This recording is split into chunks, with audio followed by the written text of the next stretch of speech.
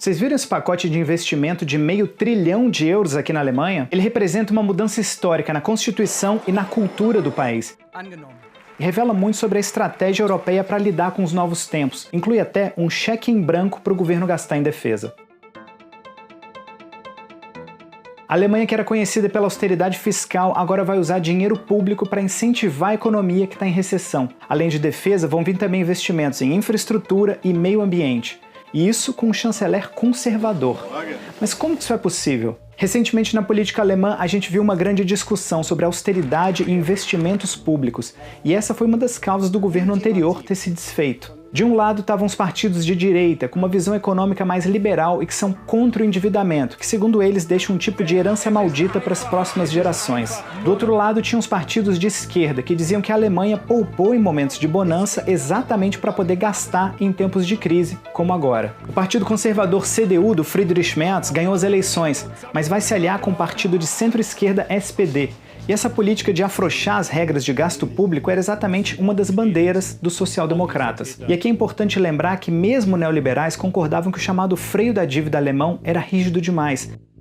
Ele tinha sido criado no contexto da crise financeira de 2008 e limitava o endividamento do país em 0,35% do PIB. E a dívida alemã atual é considerada baixa, com cerca de 64% do PIB, enquanto o país enfrenta uma falta de investimento em infraestrutura e em defesa. Mas o que mudou então? Essa medida foi aprovada por 2/3 do parlamento alemão, já que o freio da dívida estava previsto na Constituição, e inclui um super pacote de €500 bilhões para gastar em infraestrutura nos próximos 12 anos, sendo que desses, 100 bilhões são para os estados e 100 bilhões são para investimentos verdes. O objetivo aqui é zerar as emissões de carbono até 2045. E o freio da dívida foi flexibilizado. O limite de endividamento do governo sobe de 0,35% para 1% do PIB. E isso são gastos que são financiados pela dívida pública, que deve crescer nos próximos anos. Mas o que isso significa na prática? A Alemanha nas últimas décadas não investiu o suficiente em infraestrutura. Você já deve, por exemplo, ter visto notícias sobre problemas nos trens daqui. Então, nos próximos anos a gente deve ver um investimento em linhas de trem, consertos de pontes e muitas outras obras. Outro ponto urgente é você digitalizar a economia, por exemplo, colocar a internet rápida por todas as partes. E a gente deve ver também um boom nas empresas de armas, alemãs e europeias, porque um ponto central é que os gastos com defesa não têm mais um limite. Atualmente a Alemanha investe cerca de 2% do PIB em defesa, e nos próximos anos esse valor deve dobrar. Isso acontece em um momento em que a Europa toda se rearma por conta da crise de confiança que o continente enfrenta com os Estados Unidos e, claro, a guerra da Ucrânia e a ameaça russa.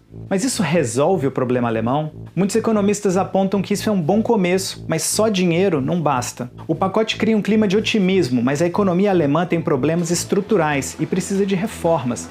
De reduzir a burocracia, aumentar a competitividade e estimular a inovação. Por exemplo, facilitar para que imigrantes qualificados possam vir trabalhar aqui. E se essas reformas não forem feitas, existe um risco real de uma alta na inflação. E será que outros países europeus vão seguir o exemplo alemão? A Alemanha sempre foi o defensor da austeridade fiscal na Europa, e o freio da dívida alemão era muito mais rígido do que as regras europeias. Por isso que o nível de endividamento aqui é tão baixo. Então, nesse ponto, é difícil imaginar que países como a França e a Itália façam algo parecido, porque eles já têm uma dívida muito alta. Mas com relação aos gastos com defesa, ao que tudo indica, os países europeus devem seguir o mesmo caminho alemão.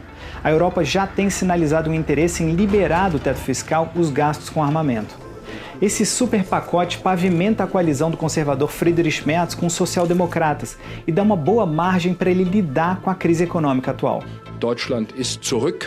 A expectativa é que os investimentos gerem um crescimento da economia alemã e europeia. Isso só deve ser sentido nos próximos anos. O Instituto de Pesquisa Econômica DIW, por exemplo, já reviu a previsão de crescimento em 2026 em 1 ponto percentual, para 2,1%. E no curto prazo já dá para ver um otimismo, tanto que a Bolsa de Valores e o mercado subiram muito. A medida tem sido chamada por alguns de uma bazuca fiscal. Mas essa é a resposta alemã para esse momento que muitos comparam com a queda do Muro de Berlim e até mesmo com o pós-guerra.